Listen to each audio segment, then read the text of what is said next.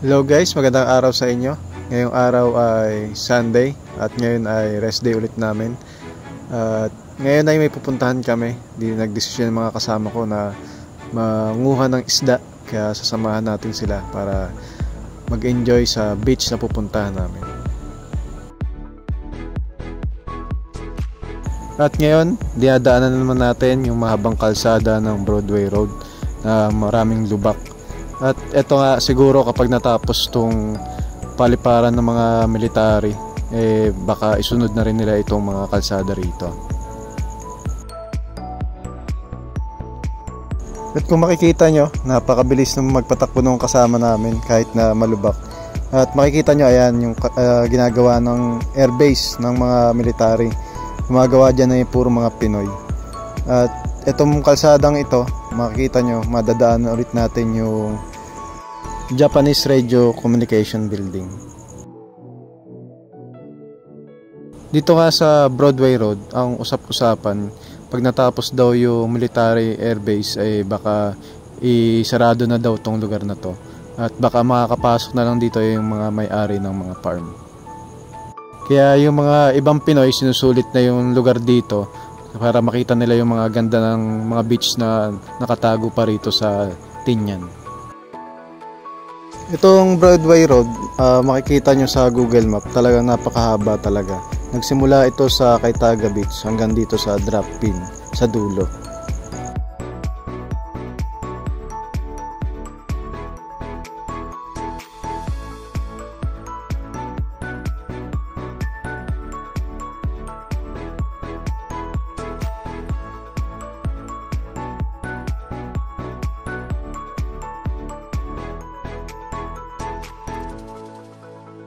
At ito, nadaanan na naman natin yung Radio Communication Building na naging katayan ng baka noon at natigil dahil sa kakulangan na rin ng mga tao na magtatrabaho rito. At dito na tayo ngayon sa papuntang Long Beach guys, at ito rough road na yung dadaanan natin, malubak at lupa na talaga.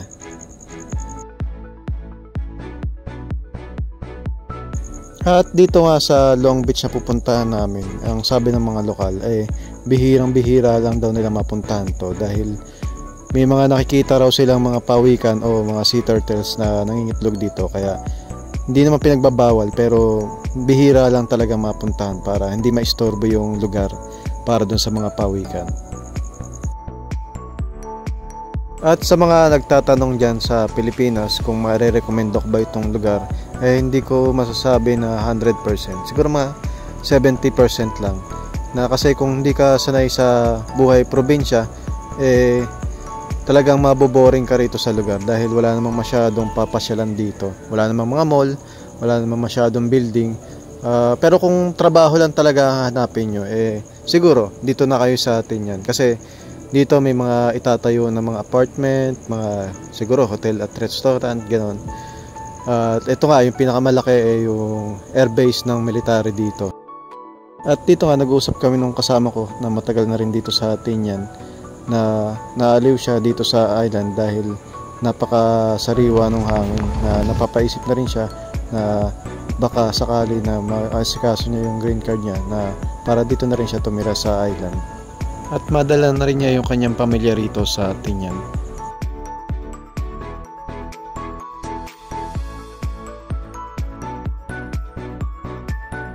At dito nga sa Long Beach ay safe naman daw dito. Pwede naman daw rito mag-overnight, mag-camping at mag-fishing. Huwag lang daw dito maglambat dahil may mga permit pa daw dapat kunin para maglambat ka rito ng mga isda. Ang tangi mo lang dapat gawin ay mag-fishing, maligo sa beach. Yun lang.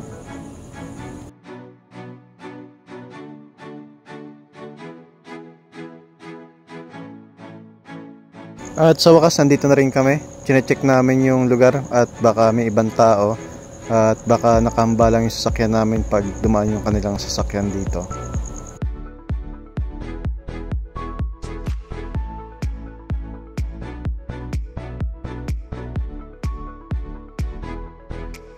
At dito nga binaba na namin yung mga gamit namin at dadali na namin doon malapit sa dagat.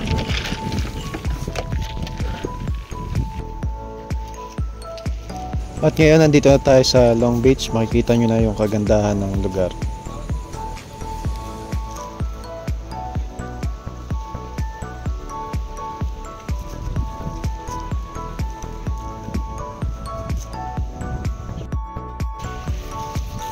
Solong-solong island. Ayan o, vlog. Saan? Ay, vlog mo. Ayan.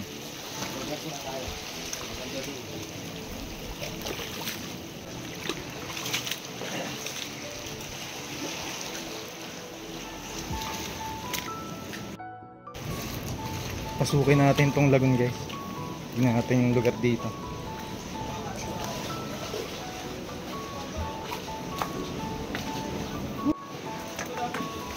Hoy.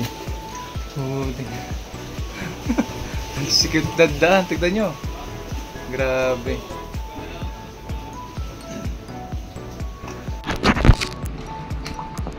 Pasukin na natin, guys. Pinauna ko na sila. Dahil nakakatakot. Yan. Ayan o. At dito nga medyo nahirapan ako. Kailangan mo pang yumuko ng sobra para makapasok ka dun sa butas, para makatawid ka dun sa kabila.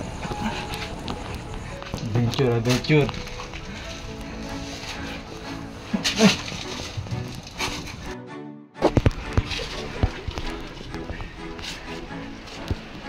Wow.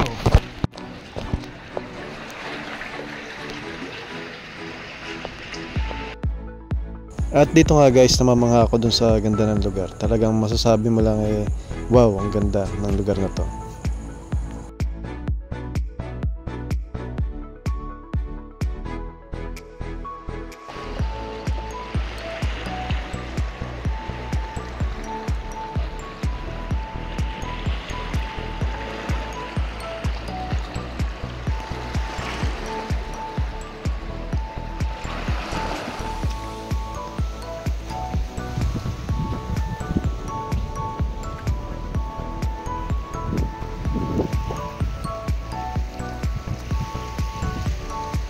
Guys, babalik na tayo dun sa pinaglusutan natin. Ayun yung butas na yun. Grabe guys, oh.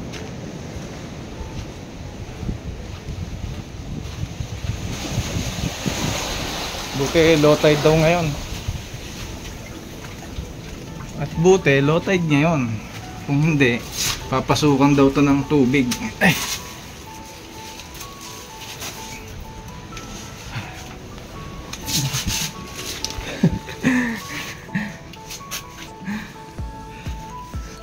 Yan.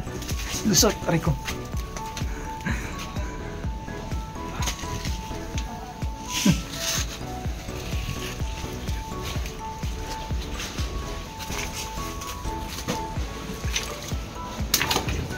Woo! Nakalabas din. Ha? Ganda, di ba? Oo. Alam mo, Para kang nasa Palawan. Lawan. At dito nga nagtry ako mag-casting para kahit papaano ay makatulong ako sa panghuli ng isda para meron kaming makain dito mamayang tanghali.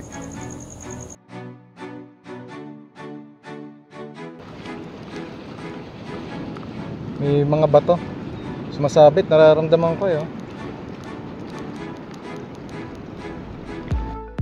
At dito nga nakailangkas ako ng aking pamingwit at wala talaga akong nahuli dahil tanghali na rin.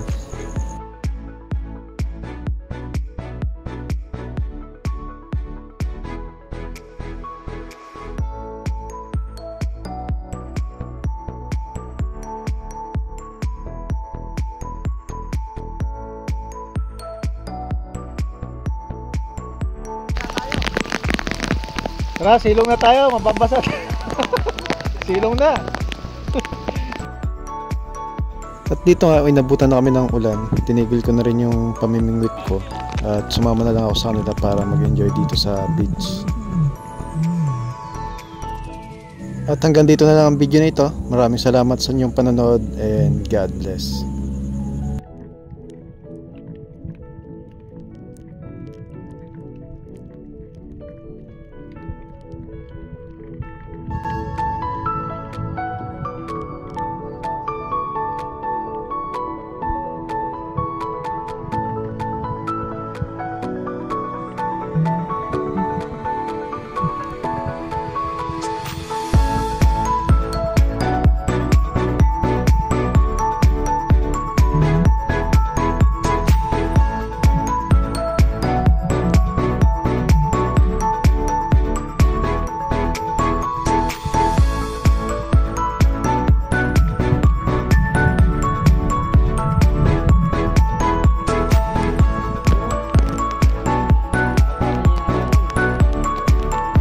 mga ano pala rito, yung ano.